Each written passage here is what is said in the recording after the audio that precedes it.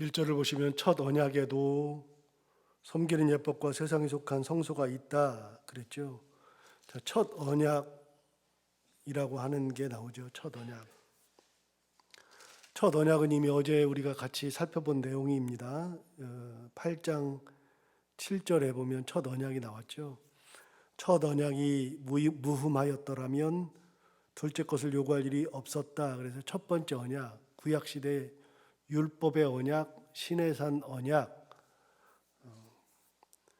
그런데 첫 언약이 있었기 때문에 두 번째 언약이 있다 그랬죠. 새로운 언약. 그게 8장 8절에 나오죠.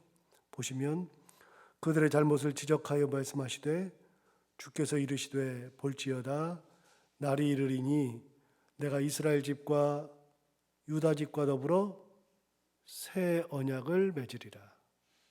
첫 번째 언약이 있었기 때문에 그냥 첫 언약이라고 안 하고 언약을 했다 그러면은 그냥 두 번째 게 필요 없죠. 예를 들어서 이제 결혼을 하게 되면 결혼할 때 서약하잖아요. 서약을 할 때 첫 번째 서약 안 하죠. 그러면 두 번째 서약을 또 해야 되게요. 그럼 결혼을 다시 하게요. 그러니까 두 번 할 필요가 없으면 그냥 서약, 언약 그렇게 얘기하는데 구약 시대에는 그 언약, 율법이라고 하는 것이 그냥 두 번 다시 있지 않은 이제 영원한 거라고 생각을 했습니다. 그런데 예수님이 오시고 나니까 하나님께서 그거는 첫 번째 거다, 흠이 있는 거다, 폐하는 거다. 그래서 다 폐했죠. 그리고 나서 하나님께서 두 번째 언약을 주시는 겁니다. 그게 새 언약. 예수님을 통해서 맺은 새 언약. 그게 13절, 8장 13절에도 또 이야기하죠. 8장 13절에 의하면 새 언약이라 말씀하셨음에 첫 것은 낡아지게 하신 것이니 낡아지고 쇠하는 것은 없어져 가는 것이니라. 그래서 새 언약을 하나님께서 분명히 말씀하셨죠. 그래서 옛 언약이 따로 있고 새 언약이 있는 겁니다. 첫 번째 언약이 있고 두 번째 언약이 있는 겁니다. 그럼 첫 번째 언약 때는 어땠느냐? 그 얘기를 이제 구체적으로 하는 겁니다. 사실요, 이 히브리서는 흩어져 있는 예수 믿는 히브리인들, 유대인들이라 그랬습니다. 어제 제가 히브리서를 다시 쭉 보다가 갑자기 이런 생각이 들었습니다. 한 번도 안 했던 생각인데요. 이런 생각이 들었습니다. 여러분, 이 편지가 왜 히브리서입니까? 저도 이런 생각을 해본 적이 없어요. 여기 무슨 히브리인들에게 이런 말을 한 적이 없잖아요. 예를 들어서 갈라디아서 그러면 갈라디아 교인들에게 쓰는 거잖아요. 그 다음에 디모데 전서 그러면 디모데에게 쓰는 거잖아요. 디도서 그러면 디도에게 쓰는 거고요. 빌레몬서도 빌레몬에게 쓰는 거죠.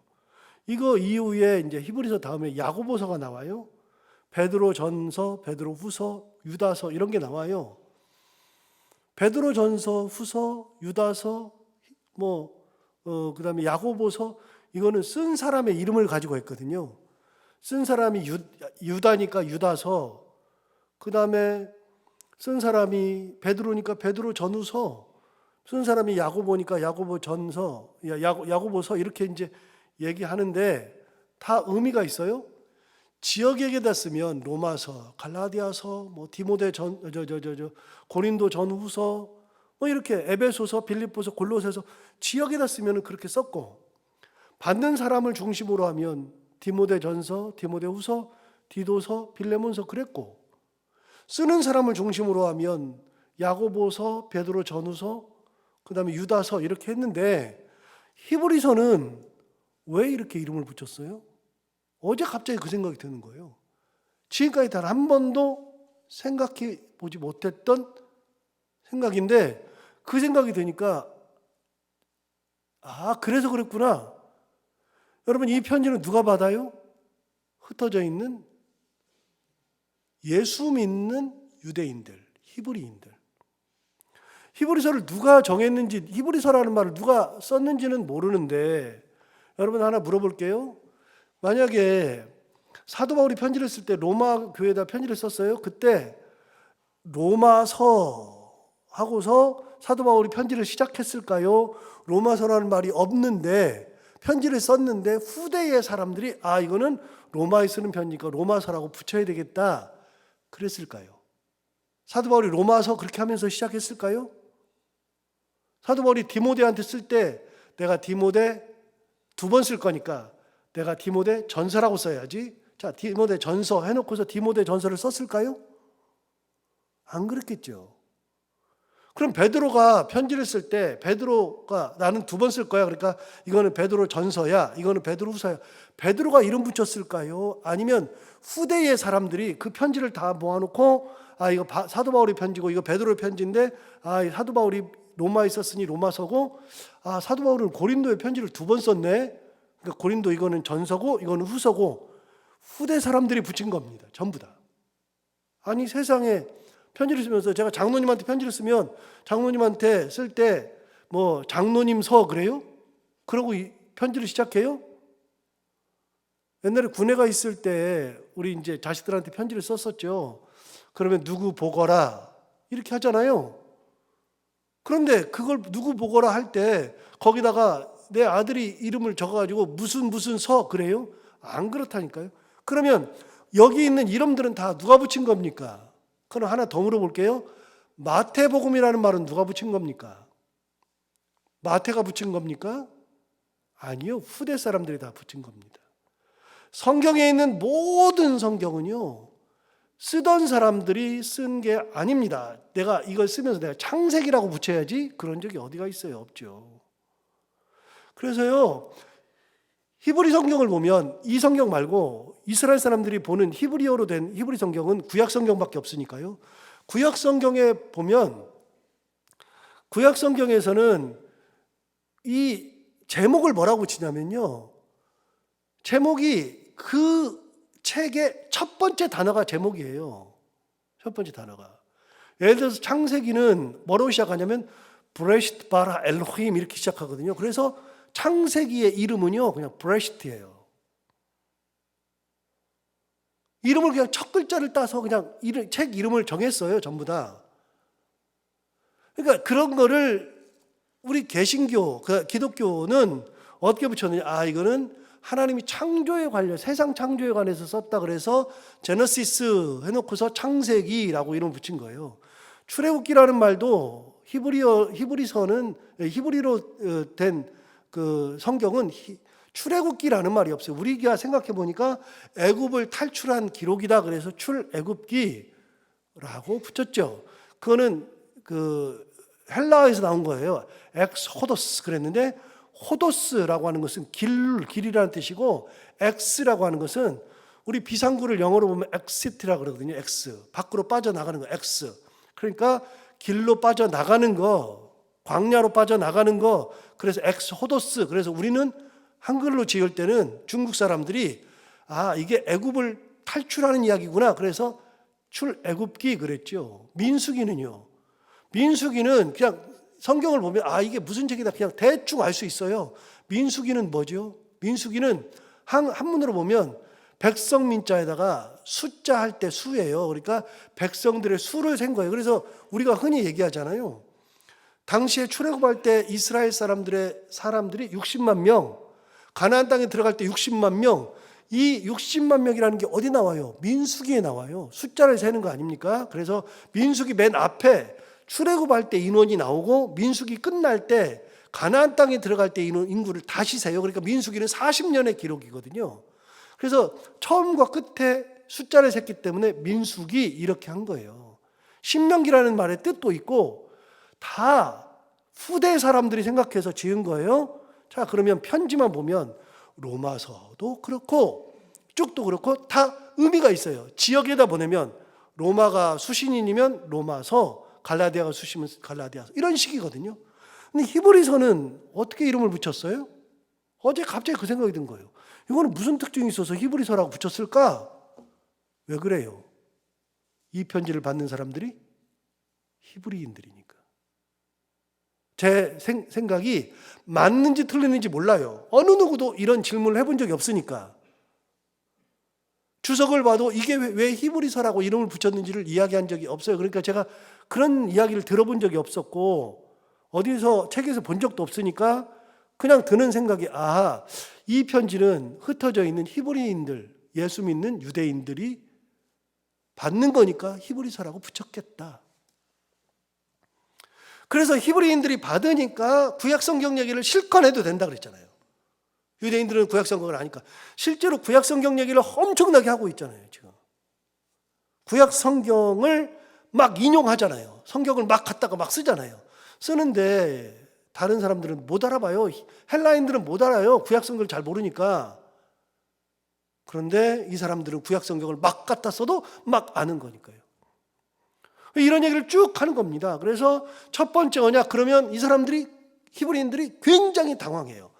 무슨 첫 번째 언약이야. 옛 언약은 폐하였다. 이 말도 진짜 이해가 안 되는데 히브리서를 쓴 히브리서 기자는 제가 히브리서 기자라고 한 거는 누가 썼는지를 몰라요. 아직까지도.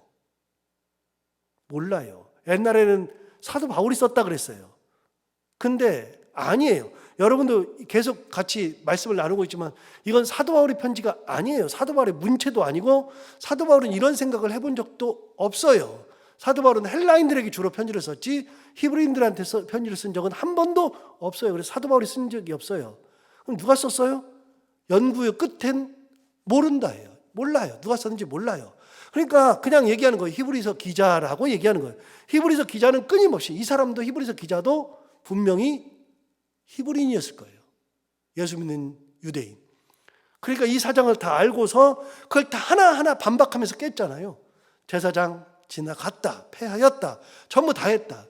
자, 오늘도 그런 얘기 하는 겁니다. 성소 얘기를 하고 첫 번째 언약 얘기를 하는데 첫 번째 언약 잘 생각해 봐. 첫 번째 언약이 뭘까? 첫 번째 언약에는 어떤 일이 있었을까? 1절 다시 보세요.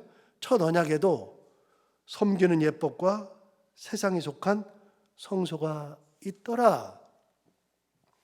자, 첫 번째 언약, 구약 성경에 의한 언약에 의하면 성소가 있었어요. 세상에 속한 성소가 있었어요. 자, 그런데 성소는 어떤 거냐면 엊그저께 봤어요. 8장 5절. 요 단어는 중요한 단어라고 했잖아요. 그들이 섬기는 하늘에 있는 것의 모형과 그림자. 성소는 하늘에서 하나님을 예배해야 되는데 하나님을 직접 보고 예배할 수 있는데 이 땅에서는 그게 안 되니까 성소를 만들어 놓고 하나님 여기 계셔 이렇게 하는 거예요. 여기 와서 예배해 이렇게 된 거라고 그랬죠. 그래서 하늘에서 하는 것의 모형이요 그림자일 뿐이다 그 얘기했잖아요. 자, 그런데 그럼에도 불구하고 구약 성경에는 성소가 있어요. 첫 언약에는 성소가 있어요. 예법도 있어요. 섬기는 법이 따로 있어요. 그 법을 어기면 안 돼요. 자, 예법 중에 가장 큰 거는요, 제사장이 아니면 제사를 드릴 수가 없어요. 제사장이 아니면. 자, 우리 성도들은 다 알아요. 제가 구약성경 할 때도 얘기했고 7년 동안 얘기했으니까 우리 성도들은 다 알아요. 여러분, 제사를 드릴 때 제물을 누가 가져옵니까? 죄 지은 사람이 제물을 가져옵니다. 소든 양이든 염소든 비둘기든 곡식이든 가져옵니다. 그 사람이 가져옵니다. 자, 그럼 그 사람에게 뭘 합니까? 안수합니다. 누가요? 죄 지은 사람, 예물 드리는 사람이 안수합니다. 다 알죠? 안수를 합니다. 제사장이 대신해서 안수해 주지 않습니다. 이게 예법입니다. 그 사람이 가져와서 자기 죄를 안수함으로 해서 내 죄를 이 손을 통해서 가서 그 머리로 해서 짐승에게 내 죄를 다 전가시키는 겁니다. 손을 떼는 순간에 내 죄가 그쪽에 다 가 있죠. 그런데 이거는 죽어야 하는 거잖아요. 죄가 많으니까 죽어야 되죠. 내가 죽는 대신에 얘가 죽어야 되죠. 그러니까 죽입니다. 누가 죽입니까? 옛날에는 제사장이 죽이는 줄 알았잖아요. 근데 계속 듣다 보니까 알게 됐죠. 누가 죽입니까? 예물을 가져온 사람이 내 죄를 전가시킨 다음에 내 죄를 전가시킨 그 짐승을 내가 목을 잘라서 죽이는 겁니다. 내가. 이게 예법입니다. 죽일 때 목에서 피가 나오니까 피 나올 때 어떻게 합니까? 제사장이 그 피를 받아요. 받아가지고서 그 피를 가져다가 뿌리는 겁니다. 하나님 앞에서. 그리고 그 제물은 번제를 해서 번제단 위에서 그 제물을 태워서 그 향기를 하나님 앞에 보내는 겁니다. 다 태워서 없애버리는 겁니다. 그게 예법입니다. 제사 드리는 법. 구약시대의 예법. 그 법을 어기면 안 돼요. 분향은 제사장이 하는 거예요. 그런데 우시야가 분향하다가 이마에 문둥병이 발했다 그랬잖아요. 왕이어도 안 됩니다. 다윗이어도 안 됩니다. 누구도 안 됩니다. 그거는 하나님이 주신 그 법에 의해서만 하는 겁니다. 하나부터 열까지 전부 다 그 법에 의해서만. 법을 어기면 안 됩니다. 자, 그 얘기입니다. 1절 다시 볼까요? 첫 언약에도 섬기는 예법과 세상에 속한 성소가 있더라. 예법도 있고 성소도 있고. 자, 그 다음에 2절을 보시면 예비한 첫 장막이 있고 그 안에 등잔대와 상과 진설병이 있으니 이는 성소라 일컫고 또 둘째 휘장 뒤에 있는 장막을 지성소라 일컫는다. 자, 저를 잠시 볼까요? 첫 번째 성소라 일컫고 그 다음에는 지성소라 일컫는데요. 자, 성전은요 그냥 간단한 겁니다. 성벽이 있습니다. 벽을 칩니다. 그 벽 안에 벽이 크죠. 굉장히 우리 성소와 이 지성소가 우리 본당보다 약간 더 큽니다. 뭐 이렇게 크지 않습니다. 큰데 이것이 어디 있냐면 벽 안에 들어가서 이렇게 있습니다. 이 안에 동쪽으로 문이 나 있어요. 동쪽으로 성전을 들어가는 성벽을 들어갈 때는 아무 데도 문이 없고 동쪽에만 딱 문이 있어요. 해 뜨는 쪽 동쪽에만 문이 있는데 9m짜리 문이 있습니다. 9m짜리. 거기 들어가면 성전에 뜰이 있고 뜰 안에 다시 건물이 있는데 그 건물의 3분의 1. 그래서 이 3분의 2가 성소, 3분의 1이 지성소죠. 성전의 안에 들어있는 거. 그럼 어떻게 되느냐? 내가 동쪽 문을 향해서 딱 들어가면 가장 먼저 보이는 게, 여러분 상상해 보세요. 가장 먼저 들어가는 게, 보이는 게 이게 번제단이 있습니다. 번제단. 하나님 앞에 번제하는 번제단. 그리고 그 번제단을 지나서 가면 동그란 물두멍이 있습니다. 거기에 물이 있어가지고 손을 씻는 겁니다. 성소에 들어가려면. 물두멍을 향해서 손을 씻고 가면 이제 드디어 성소하고 지성소가 똑같은 하나의 천에 있는데 나뉘어만 있죠. 성소로 딱 들어가면 왼쪽 편에는 이 촛대가 있습니다. 촛대가 12개가 좌우로 이렇게 12개가 있어요.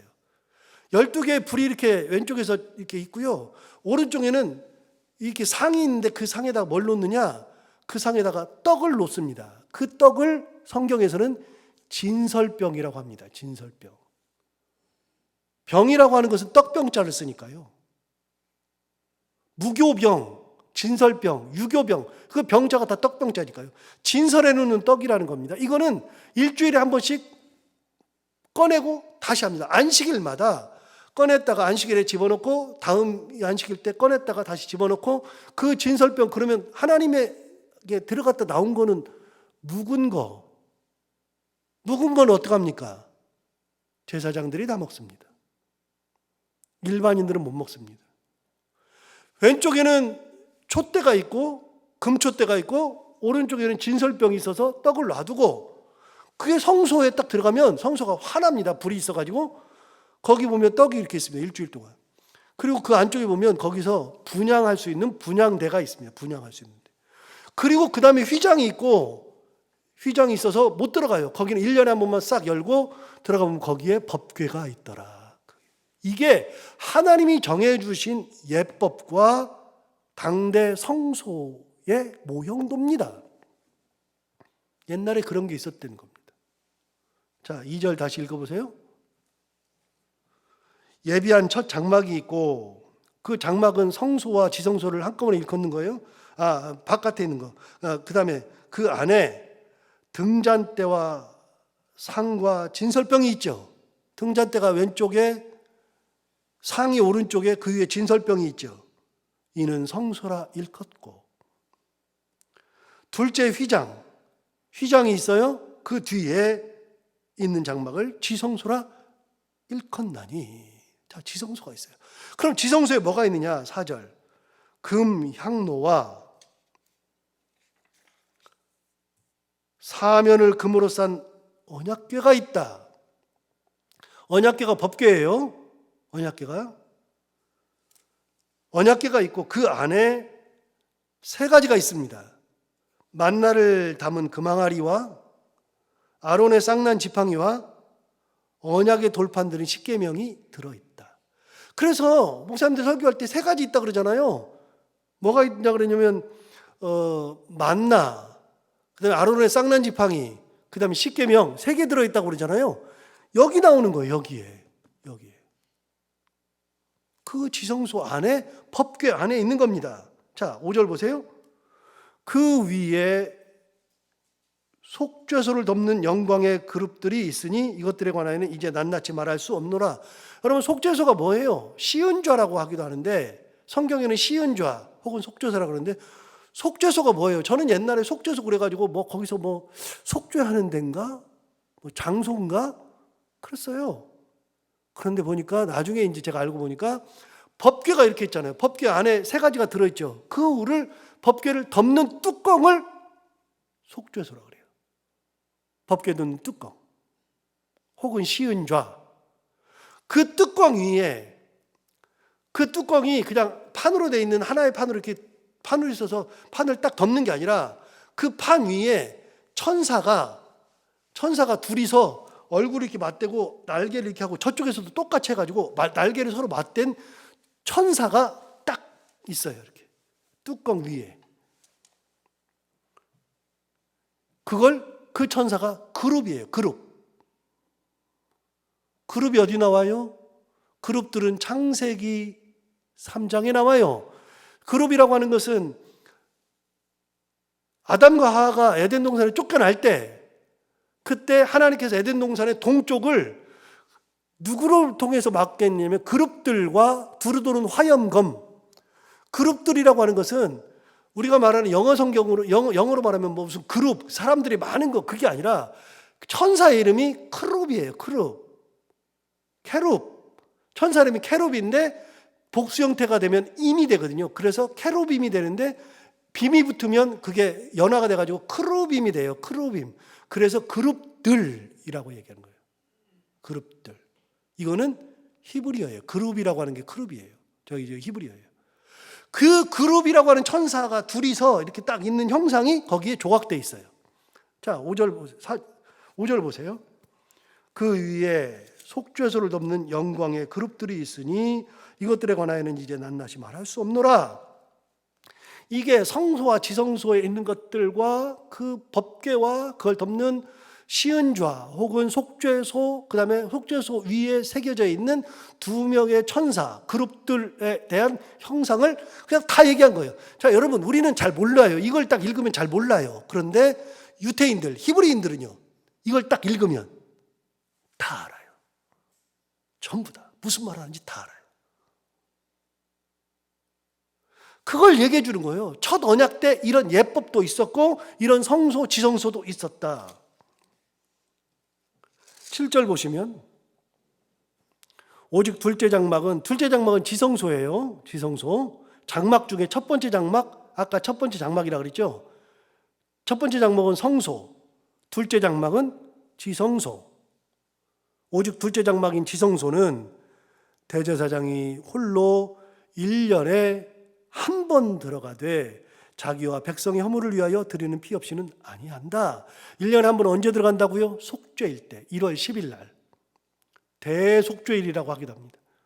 속죄일 때 1년에 딱 한 번 들어가는데 뭘 가지고 들어가요?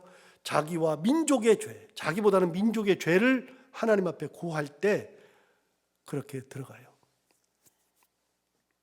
그것도 피를 가지고 백성들의 죄를 담당하는 짐승을 잡아서 그 짐승은 제사장이 준비하는 거예요. 준비해서 피를 받아서 그 앞에 가져가서 하나님, 우리는 다 죽었습니다. 우리 잘못을 회개합니다. 내려놓는 1년에 딱 한 번 들어가는 것이 예법이에요. 하나님 보러 딱 한 번 들어가요. 여러분, 그런데 우리가 천국을 가면은 1년에 딱 한 번 보는 게 아니죠. 우리가 예수 그리스도의 피로 둘째 장막을 들어가는 휘장이 찢어지죠. 성경에 나오잖아요. 휘장이 찢어졌어요. 찢어져서 없어졌어요. 반으로 쫙 나뉘었어요. 이제는 사람들이 막아놨는데 예수님께서 돌아가심으로 해서 휘장이 찢어져 버렸어요. 다. 그러면 사람들이 들어가서 이제는 지성소를 마음껏 들어갈 수 있게 되는 겁니다. 그 첫 번째 언약이 찢어진 거예요. 하나님께서 찢어버린 거예요. 더 이상 아니다. 그거는 구약시대의 예법이다. 구약시대 거다. 다 패한다. 1년에 한 번만 대제사장이 들어가는데 예수 그리스도를 만난 이후에 우리는 대제사장이 필요 없이 예수님이 대제사장이니까 예수님을 따라서 우리가 지성소로 들어가는 거예요. 언제든지 하나님을 만나죠. 하나님 앞에 언제든지 나와서 기도하고 음성을 듣고 그러는 거예요. 자, 8절 보시면 성령이 이로써 보이신 것은 첫 장막이 서 있을 동안에는 성소에 들어가는 일이 아직 나타나지 아니한 것이라. 무슨 말이에요? 성령께서 이제 이걸 다 말씀하시는 이유가 뭐냐? 첫 장막이 있을 때, 그 장막이 있을 때는 아무도 아직 성전에 들어갈 수가 없어요. 그때는. 그런데 예수 그리스도를 통하여 들어가는 거예요. 주님이 그 모든 것을 다 찢어 없애버린 거예요. 자, 10절. 이런 것은 먹고 마시는 것과 여러 가지 씻는 것과 함께 육체의 예법일 뿐이며, 성소, 지성소, 예법 이런 것들은요 다 먹고 마시는 것과 함께 여러 가지 씻는 것과 함께 모든 것과 함께 육체의 예법일 뿐이지. 그 다음 뭐라 그러냐면 개혁할 때까지 맡겨둔 것이니라. 개혁하기 전까지는 그렇게 해. 그렇게. 그런데 예수님이 오셔서 다 바꾸시니까 개혁이 되니까 그때부터는 필요가 없어지더라. 싹 다. 여러분, 주님이 오셔서 싹 다 바꾸신 거예요. 전부 다. 우리가 가지고 있었던 옛날 것들을 다 없앴어요. 그래서 여러분, 예수 믿는 것은요 어려운 게 아니에요. 예수 믿는 거는 자꾸 매여 있으려고 그러니까 문제가 되는 거예요. 그래, 우리가 옛날 개념으로 자꾸만 매여 있어요. 이래야 된다더라. 그런 게 진짜 없는데, 이래야 된다 그런 거 없어요. 그게 아니라, 그래서 어거스틴 얘기한 거예요. 이렇게 얘기했어요. 주 예수를 믿으라. 그 다음에는 네 마음대로 해라. 이게 방종하고 망나니처럼 살아라는 게 아니라, 여러분 예수를 믿으면 내 마음대로 하면, 예수 믿고 난 다음에 제가 방종해요? 막 딴짓해요? 예수 믿고 난 다음에 사람을 죽여요? 그게 아니고 예수를 믿고 나니까 자유를 가지고, 성령이 계신 곳, 하나님이 계신 곳, 그곳에는 자유함이 있잖아요. 주의 영이 계신 곳에는 자유함이 있느니라. 자유함을 가지고서 뭐예요? 예수 믿고 났는데 예수의 은혜가 있는데 사람을 핍박해요? 말도 안 되는 거예요. 사람을 더 세워주죠. 그러니까 사람을 세워줘라, 뭐 해라 할 필요가 없어요. 예수 믿으니까 네 마음대로 해라는 뜻은, 그러니까 사람을 더 생각하고 세워주고 뭐 희생하고 더 그러는 거예요. 여러분, 자꾸만 매여 있을 필요가 없어요. 진짜로. 매여 있어 봐야 의미가 하나도 없는데, 매여 있지 말고 하나님의 은혜 가운데 다 없앴거든요. 전부 다. 여러분, 딱 하나 남는다 그랬어요. 예수 믿으면서 딱 하나, 복음이 남는 거예요. 하나님 우리를 사랑하시고 예수 그리스도를 그래서 사랑으로 보내주시고, 그 예수를 믿음으로 구원을 받고 구원받은 자들이, 그래서 그 사랑하시고 예수께서 우리를 위해서 십자가에 돌아가시고, 그리고 그 십자가에 돌아가신 예수를 믿음으로 구원받는다. 이거는 절대로 안 바뀌는 거예요. 죽었다 깨어나도. 그걸 바꾸면 저주를 받는다고 갈라디아서 얘기했어요. 저주를 받을지어다. 그거 외에는 다 괜찮아요. 예수님이 구약 성경도 다 폐했는데 우리가 믿는 예수님이 이런 분이라는 겁니다.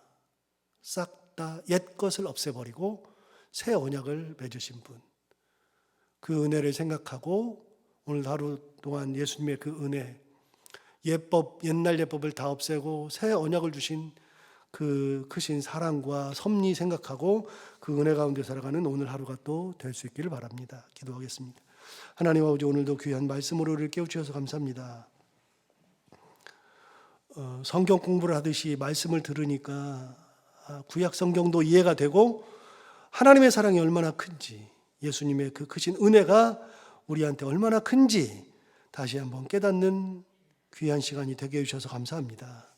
하나님 아버지, 하나님께서 그리고 예수 그리스도께서 옛것을 다 폐하시고 필요 없는 것들, 흠이 많은 것들, 완전치 않은 것들은 다 폐하시고 예수님의 은혜와 예수님의 사랑과 하나님의 섭리로 다 바꾸셨는데, 그 은혜와 사랑과 섭리를 기억하고 하나님의 말씀 안에 살아가며 주님의 사랑 가운데 살아가는 저희들 다 되게 하여 주옵소서. 오늘도 하루 살아갈 때 이 말씀을 기억하며 살게 하여 주옵시고, 해야 되는 것들을 기쁨으로 잘 감당하고 만나는 분들과 함께 웃고 행복한 하루가 되게 하여 주옵소서. 감사하며 예수님 이름으로 기도하옵나이다.